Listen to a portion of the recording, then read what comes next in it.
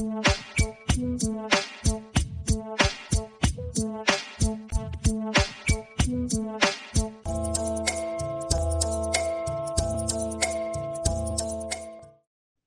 and welcome everybody at this new episode of our podcast where we talk with people all around the world who are committed to building a more peaceful future for ourselves and our children.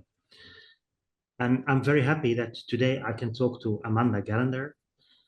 She's a Jewish anti-Zionist writer.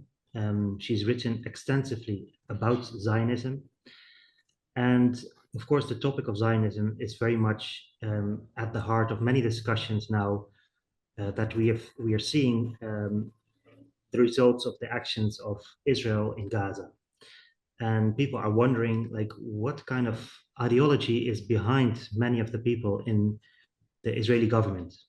And I think Amanda would be the excellent person to enlighten us on this topic. So Amanda, very welcome. Thank you very much for joining this discussion.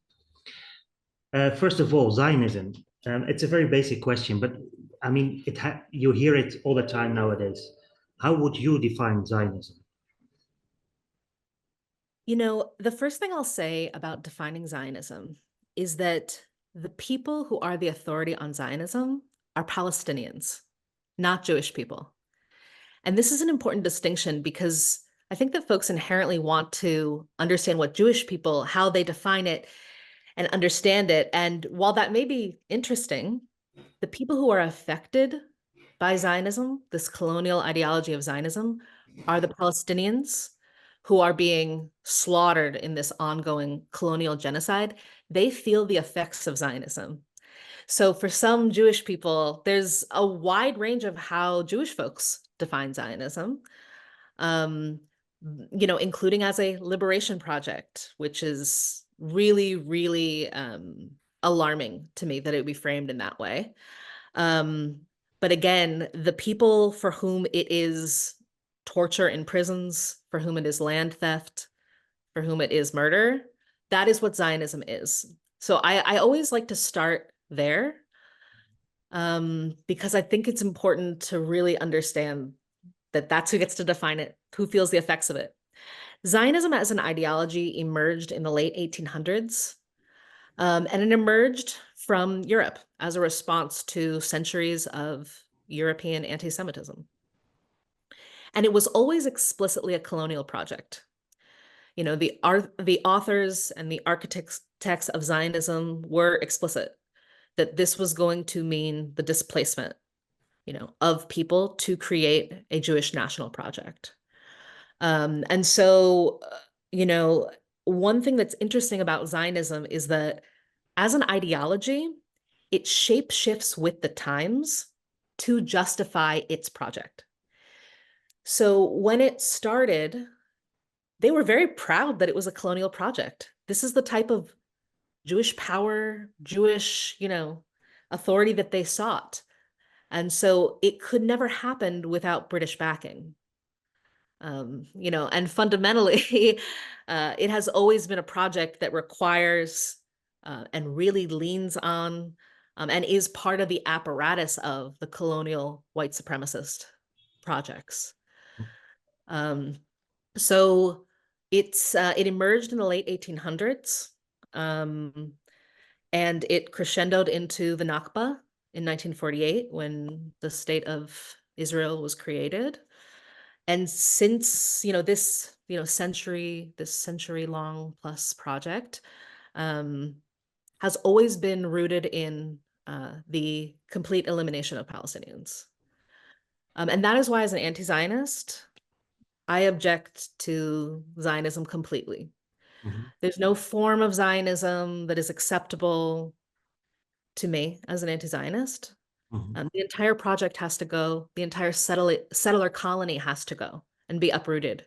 And we need to return the land to the Palestinian people. Thank you. That's very clear. So you're saying some things that are this is often disputed, I think, because at least in the rhetoric of what people say about Zionism, because you say it was always about the removal of the original people. But one of the most famous slogans, I would say, of Zionism is a land without a people for a people without a land, no?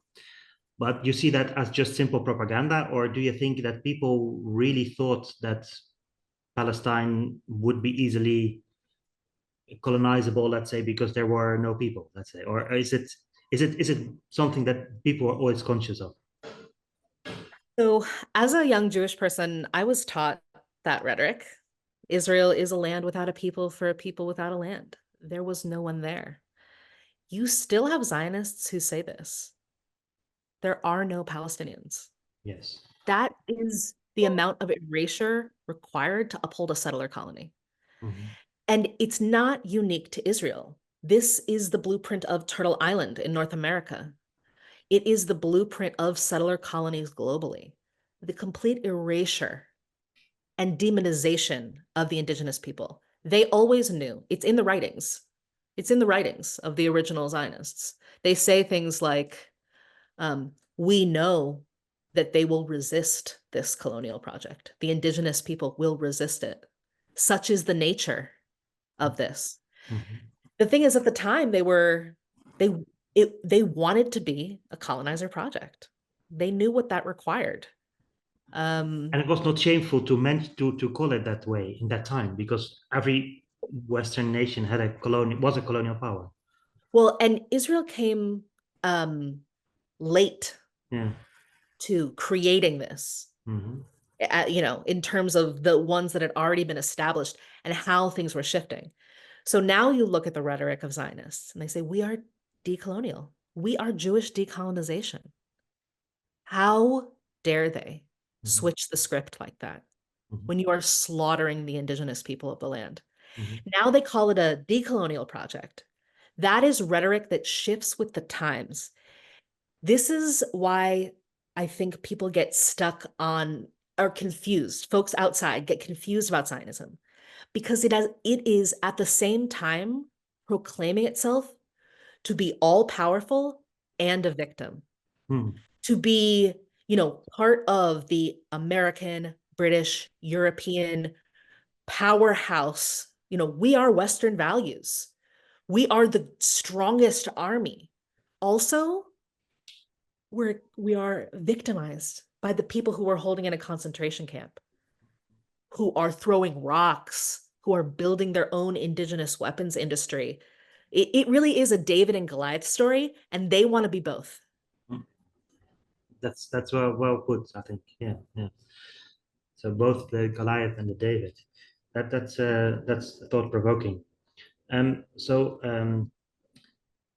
Actually, you say this slogan of a land without a people for a people that it's genocidal in itself, because It it is. mentions the country without a people, but that's more of a desire than that they know that people are there. It's very interesting. People don't know, I think, don't realize that. So if I you say the Zionism shape shifts according to what the rhetoric of the time needs, let's say, to believe in the project. So what would you say is the core of Zionism, and what is the outward shape shifting that has taken place in terms of rhetoric and propaganda over the many decades? Yes. And I want to mention that this is something specifically around the shape-shifting nature of Zionism, Yeah. something that I learned from a really brilliant Palestinian academic, Mm-hmm. Abdel Jawad Omar. Mm-hmm. He's based in the West Bank at Birzeit University, and he's the person I learned this from. I've Mm-hmm. listened to his lectures a lot, and I really highly recommend them. Great. Okay. Yeah. So, um, in terms of where Zionism is now in its Mm-hmm. project, Mm-hmm. Zionism has never been challenged this way Mm-hmm. publicly in Mm-hmm. its existence. Yeah. It is cracking Mm-hmm. at every point. This is a huge relief to those of us who are invested in justice and humanity, Mm-hmm. because at its core, it is a colonial ideology. All colonial ideologies are rooted in genocide, Mm-hmm. in racial supremacy, and they require the complete erasure and elimination of the people of the land. That includes their culture. It includes just their personhood. It includes everything. And you see this in the Zionist project just as you've seen it in all colonial projects in Australia and New Zealand, Turtle Island, right? North America. So at its core, that's what it is. And we've seen how these play out. But now we're seeing it live streamed. This is so brutal, the slaughter we're seeing. And it is the truest face of colonialism and of Zionism. That's quite hardcore what you say, because many people would argue, even people like, for instance, Joseph Borrell in the EU, he would say, I think he has a sympathy for Israel. He lived there in his when he was young, etc. And he has this idealistic image of the Kibbutzim and the sort of socialist spirit by which people were working the land and developing the desert, etc. And then they would see like the violence as sort of an aberration, like something like this is project's gone wrong, but in principle the project could be good, but you see it differently. I feel very confident about that. Let me tell you about kibbutzim. Kibbutzim are colonial military outposts with good PR. They are built on the border of what they call the Gaza envelope to keep in Palestinians in a concentration camp in Gaza. So in what way are they military? Oh, well, they're armed to the teeth and they're built as a buffer. So they are the human shields. Like it's, there's a saying, every Zionist accusation is a confession. Everything they accuse Palestinians of, they do themselves. They put they subsidize people living in those kibbutzim, which have this image of being so peace-loving. They are the ones that are guarding, essentially, the border of Gaza. Yeah, which has been under brutal siege. Yeah. And this idea of we're working the land that you stole.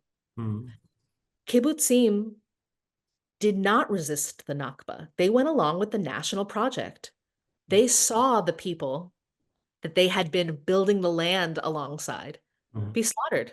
It was not, they were part of this project from the beginning.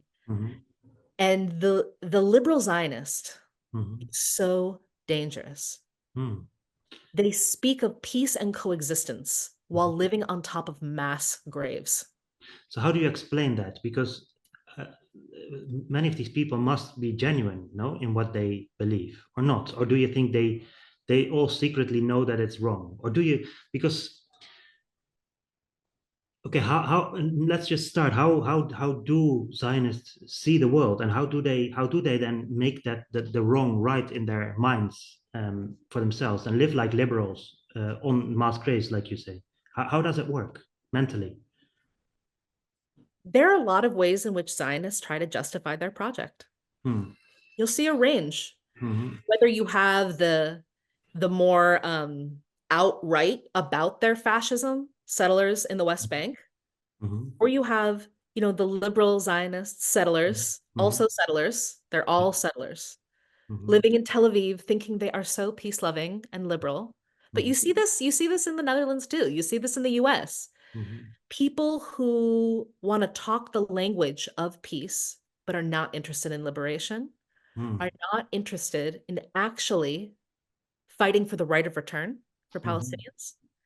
They want to uphold their colonial project. They are not interested in what we are interested, which is the dismantlement of settler colonialism. So you're saying in at the core they are not honest, or are they truly believing in those arguments? I can't speak. No, I can't speak to that. But what I'll say is that something that I hear from Palestinians frequently is that the most dangerous settlers are the ones who speak the language of peace because they whitewash colonial genocide. Yeah. They put lipstick on a pig, let's say. Yeah. Hey, so just to let people understand, you were brought up as a Zionist. So as a child, how did you look at Israel, at the purpose of the Jewish people? Let's say, how can you explain a bit for people to understand what it means to grow up as a Zionist? Sure. And one thing I'll say about this that's interesting is I never identified as a Zionist. I didn't even know what Zionism was. No. I didn't know what Zionism was until I became an anti-Zionist. I learned about it at the same time. We aren't taught, growing up, I was very active in the Jewish community growing up. I loved it. It was some of my greatest memories. I mean, I loved it. But embedded in this Jewish upbringing is this love of Israel Mhm. and these colonial lies and myths about what Israel is, and the complete erasure of Palestinians. I learned nothing about Palestinians or the Palestinian struggle, despite being in a leftist Jewish community. I was an activist. I was grown up with social justice at the root of the faith and of the community.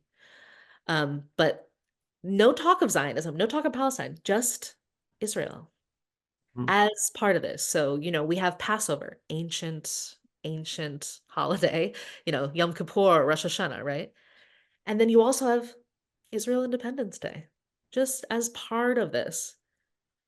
We're not taught about the Nakba. And again, this is something you see in many colonial countries.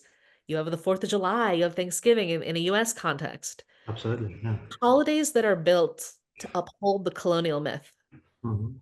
and to indoctrinate children and to indoctrinate the society about this is the narrative that we want people to believe. Independence Day of Israel is celebrated as also like a religious holiday, or is it separate from that?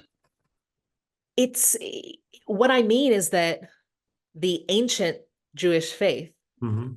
has so, at this point, weaved in these dangerous Zionist celebrations Mhm. that as a child, you don't know the difference. You just think it's all Yeah. Jewish. Yeah. Yeah. And that's more the point. And that's basically also what Dutch society thinks. I mean, whether It's they're also the honest West. about this or not, I mean, we constantly, media and politicians are putting it on in as one. If you talk about Israel, you talk about the Jews and about Jewish religion and everything. So if you talk against Israel, you are automatically anti-Jewish, anti-Semite, etc. So so we are doing the same thing, and I don't know whether that's stupidity on our side or whether um, that's intentional. Maybe you want to speak on that. I don't know. This is the narrative in the West that has gone unchallenged since the beginning of the project, the Mhm. Zionist project. So is it on purpose that this is mixed up together? Me- Jewish, the religious beliefs and the cultural beliefs together with the Zionist nationalist beliefs. It's intentional it's intentional by Israel and by Zionists. Mhm. Zionists are the ones constantly talking about Jewishness in the context of their national project. They are the one putting the Star of David on their flag and branding it on Palestinian prisoners and tagging it on bombed homes. They are the one talking about how we have to kill children in mass for Jewish safety. So I lay the blame for this conflation at the feet of Israel and Zionists, who, yes, they want this conflation. Yeah. Um, And why is it so accepted? Like, in general, can you tell something about, let's say, the diaspora Jewish communities? Let's say how much, what percentage is really sort of going along with that kind of narrative? Let's say for the US, is that a I don't, majority? Is that no? the majority of Jewish people globally are Zionists. Zionism, there are no, Zionism is virtually unchallenged institutionally in the Jewish community. But Every synagogue, at some point in Jewish history, it would have been a new introduction into Jewish thinking, no? So what there must have been resistance within Jewish communities against that, no? always, there So was so, so always. how come it is now dominating? Since the um, since the beginning of the nation state, there Mhm. was an intentional merging Mhm. of Jewish life and Israel, the Zionist project. Mhm. And over the last 76 years, they have weaved into virtually one, to where Jewish folks like me, yes, anti-Zionist Jews have always existed. There's always been people who resisted this national project. And now we are often deemed not Jewish by our own community. We are cast out of the community Mhm. because it is so, it's so, it's still very unaccepted. To be a vocal anti-Zionist in the Jewish community, that's not accepted. So what were so you say it's an intentional, but they've been super successful, you can say. The ideologues and the ones sort of trying to convince that Jewishness equals Zionism. No, they have been super successful in that, into convincing people of that narrative, both Jewish people and non-Jewish people. Yeah, it's like I said, this is the first time this narrative has been so publicly challenged in the West. Mhm. Palestinians have been screaming it at the top of their lungs for since the start of this project, and people have not believed them Mhm. because of the deeply embedded Islamophobia and specifically anti-Palestinian racism. Mhm. Because we don't believe Palestinians when they tell their stories. Mhm. We don't believe them, and we don't see their humanity at all. Um, so it's finally cracking. Mhm. But I think it's important to understand that the media is just one arm of this apparatus that Mhm. keeps the killing machine humming. Why? Um, Why? What's their objective? What is their rationale for doing that? who is there in this? The media. Why do they broadcast this particular point of view while uh, people know better through social media? In the meantime, they keep sort of. Why are they so eager to keep that narrative alive?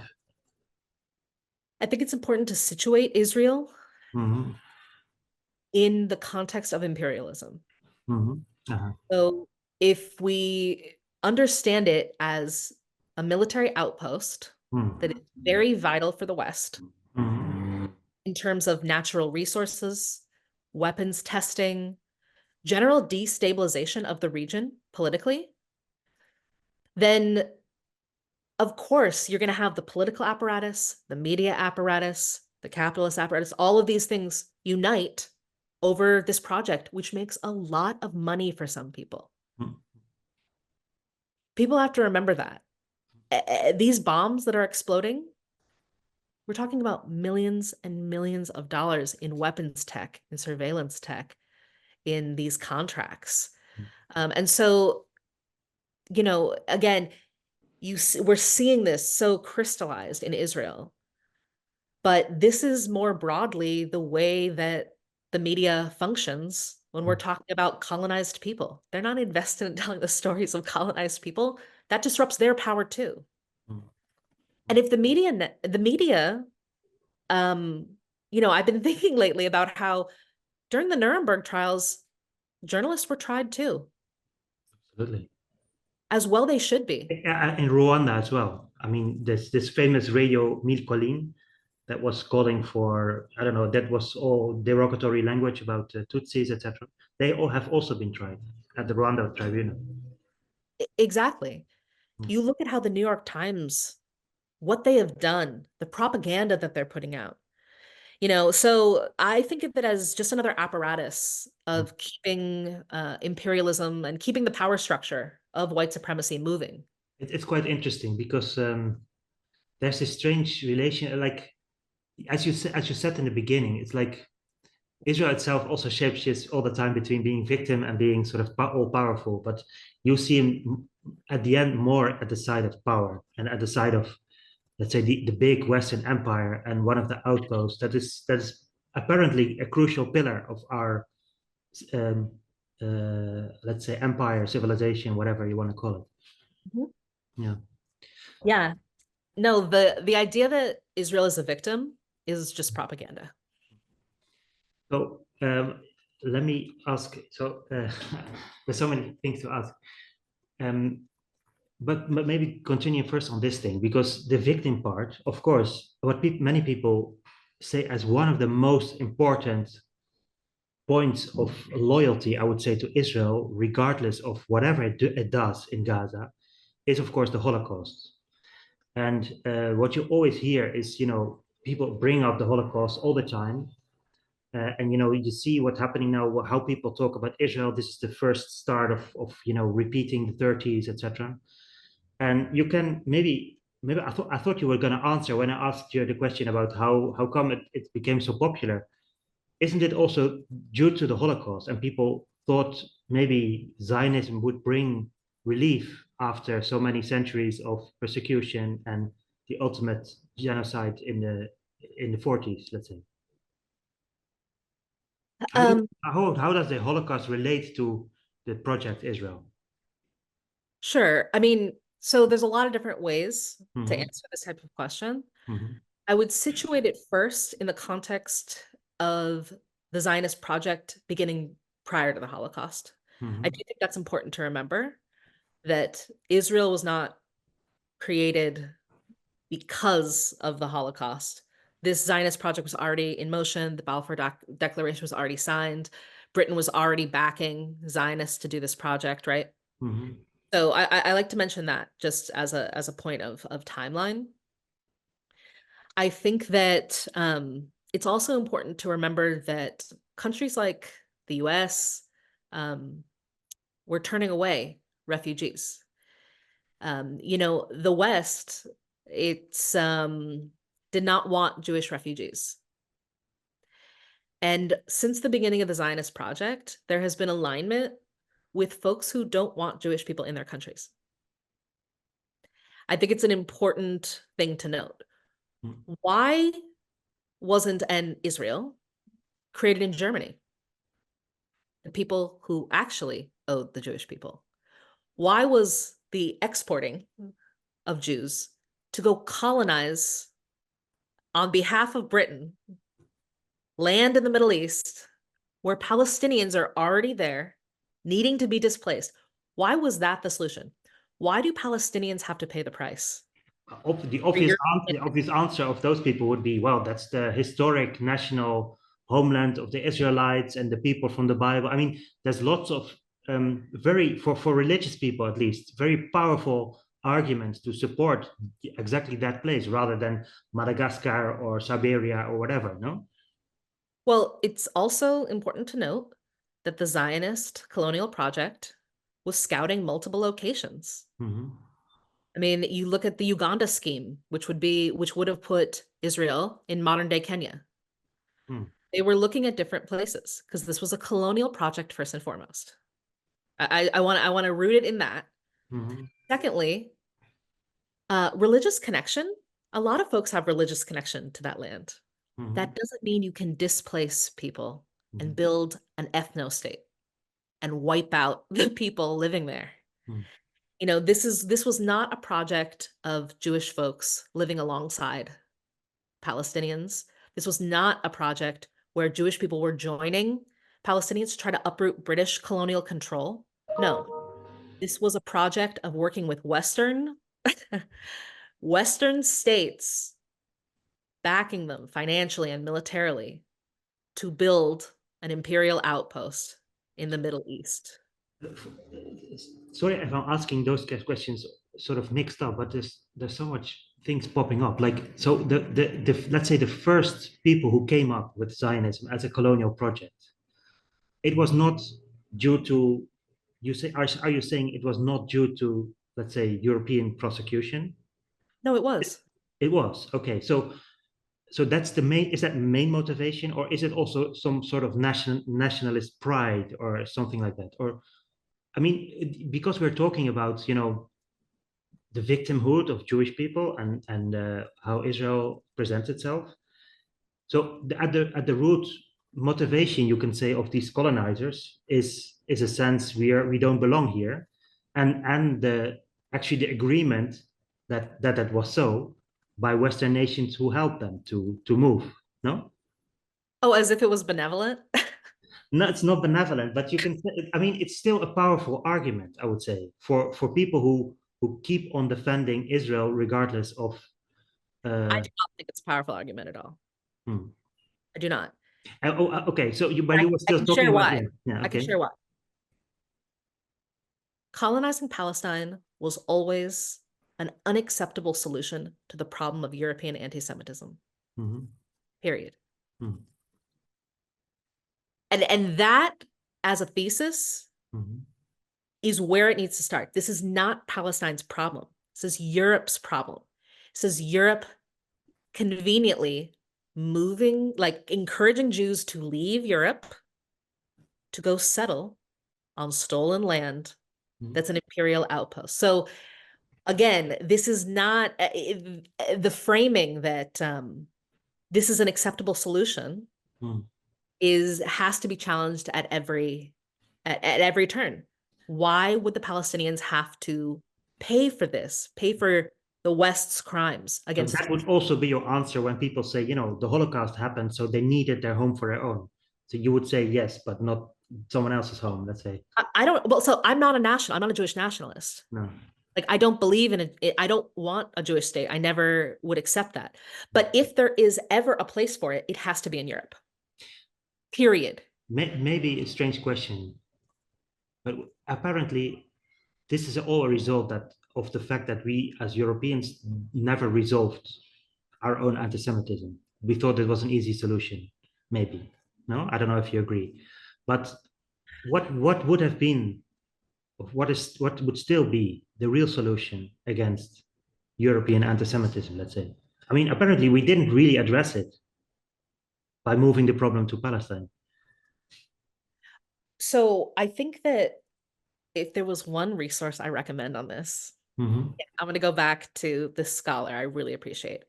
Abdul Jawad Omar did a lecture on YouTube with Electronic Intifada, and it's called Germany, Zionism, and the Politics of Debt.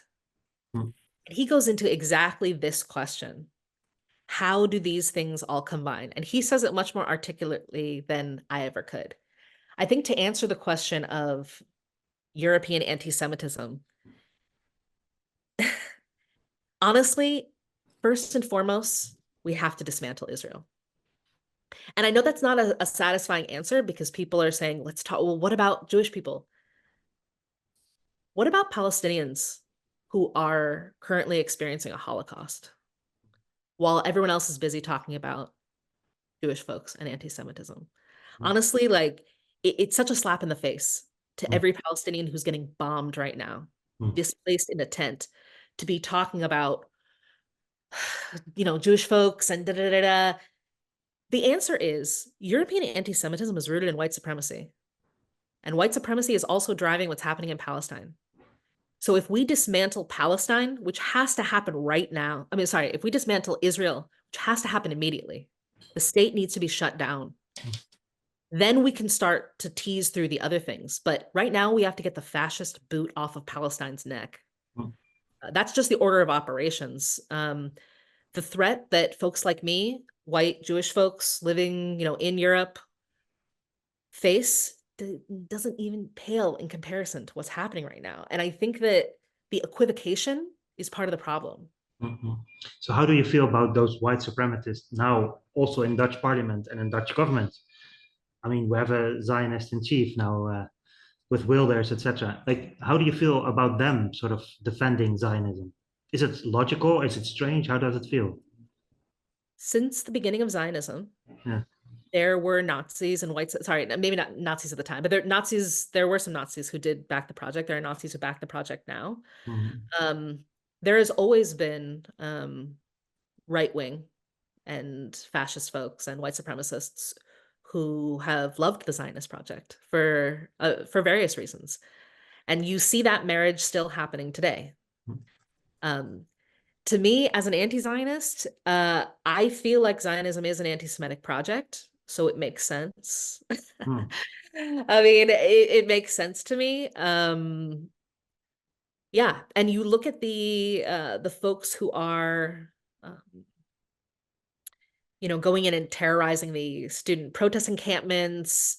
These folks are militant, right-wing white supremacists, Zionists. That's who this is. Yeah. So yeah, I don't know if that answers your question, but No, but it's we've because, always been part of it. yeah, Yeah. but there's a strange sort of mix up because, you know, the same ideology caused the death of millions of Jews in the Second World War, and that same ideology is now defending so-called, or are calling themselves the defenders of the Jewish people, let's say, and that's the oddity in it. And but there are the parallels, of course, that this is also a genocidal project that they support, like the Yeah. previous one. Yeah, Look at Germany. yeah. Germany never denazified. Mm. So their continuation, you know, in many ways, as Abdul Jawad talks about, this is a continuation of the Holocaust. It never ended. It moved on to the Palestinian people. Mhm. Yep. Because this has been a Holocaust since the start of the Zionist project. It has been a colonial genocide of the wiping out of the people that happened at that moment. When again, the West did not want Jewish refugees in their countries. So One of the questions I didn't ask you is what made your Zionist worldview crack, and what happened to you? oh, to me, Yeah, yeah. personally, what I mean, how did you come to think otherwise when you were brought up in this Zionist fashion? So my first year at college, I was, as I said, I was an activist. I was doing labor organizing at the time, and I had a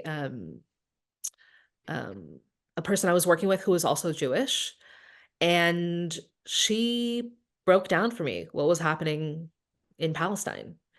And she was yeah, Jewish, but not raised as deep in the Jewish community, receiving the type of, you know, Zionist indoctrination, I think, than I was. But yeah, she told me about Palestine, and I was shocked. I was Hmm. shocked because Did you believe her? I did, but it was very, I did. And then I did my own research, and then I went back to my community Mhm. that I grew up in. And I asked, what is this? Why have I never heard of this? Like, what, you know, Because you were brought up with these values of justice and yeah, those kind of things, no? So yeah. that's strange then, if you And know I these was, values, yeah. yeah. And I remember distinctly what one of my Zionist elders said when I asked her. Mhm.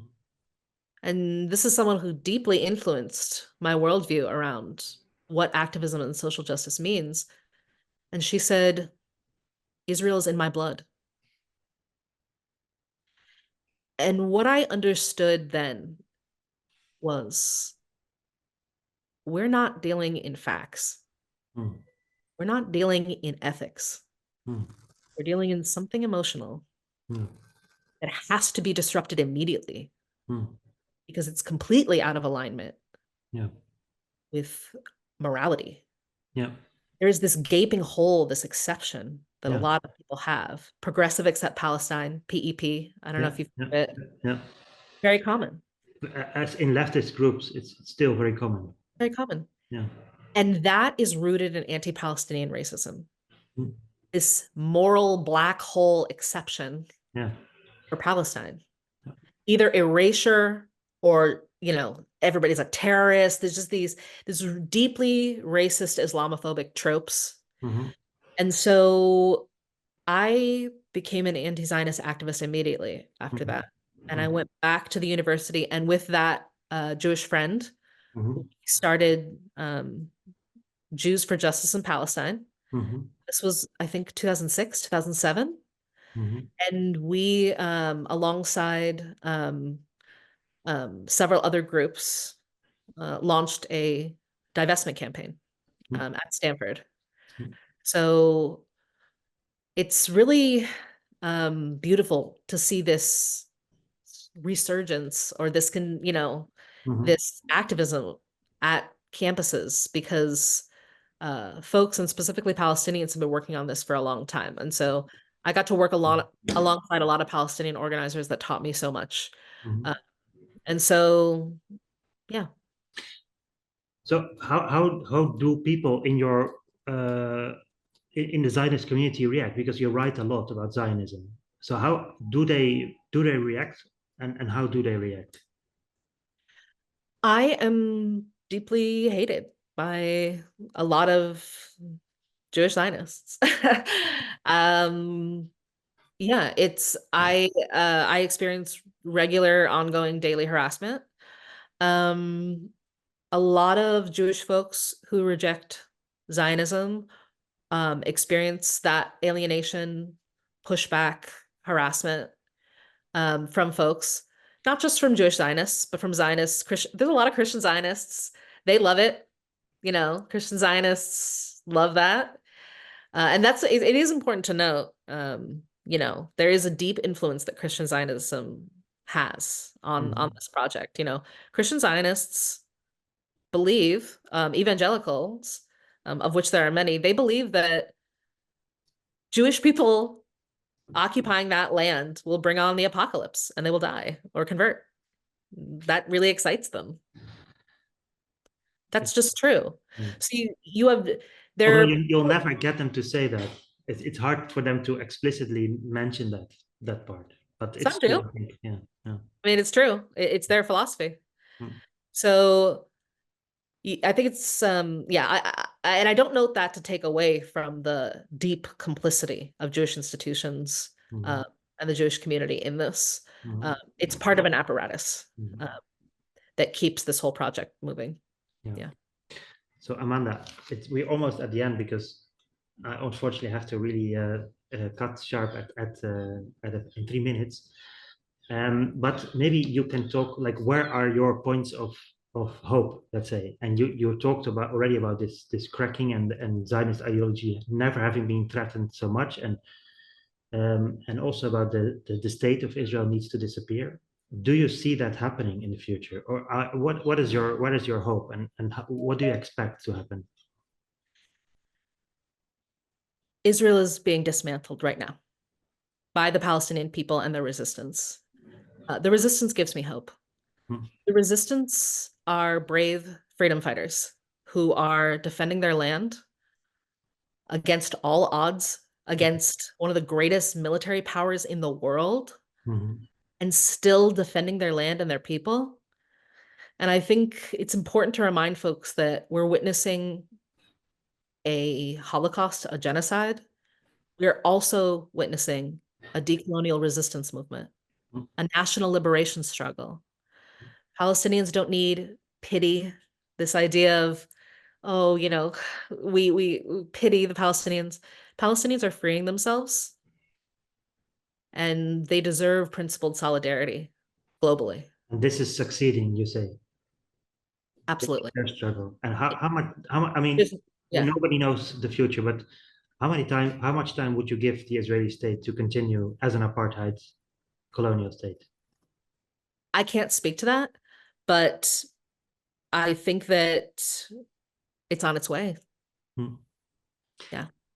Very last question. What can we do to support that, to support the freedom, equality, and peace for Palestinians and Jewish people living in that land as well? Do we need to do? To support the liberation of Palestine from the river to the sea, every person needs to mobilize and activate to identify what are my main points of leverage right now in this genocide that I can disrupt this killing machine. That's going to look different for different people, but we all have to understand the stakes are so high and let that move us to activation. And that's going to look different. So I hope that everybody asks themselves that. I hope that people follow Palestinians and listen to Palestinians and also contribute to the campaigns, the fundraiser campaigns of people on the ground trying to survive in Gaza, and go to Gaza Funds because that's a great site for people to connect to those fundraisers that are vetted and ready to go. So, yeah. Super. Amanda, thank you so much. I Yeah. really enjoyed this conversation. You have such a deep knowledge, and it's a time for many people to wake up to what's actually happening. And I see it as well. The cracks are appearing in the system, and it's so very interesting that you think it's only about Palestine, but actually these are cracks in the whole imperial Western system. In fact, what has been started in, and maybe it started before, from 7th October onwards. So thank you so much. I hope to talk to you soon. I think we've got lots of more terrain to cover. We couldn't cover everything in this 45 minutes, but thank you so much, Amanda. Really appreciate it. Thank you so much.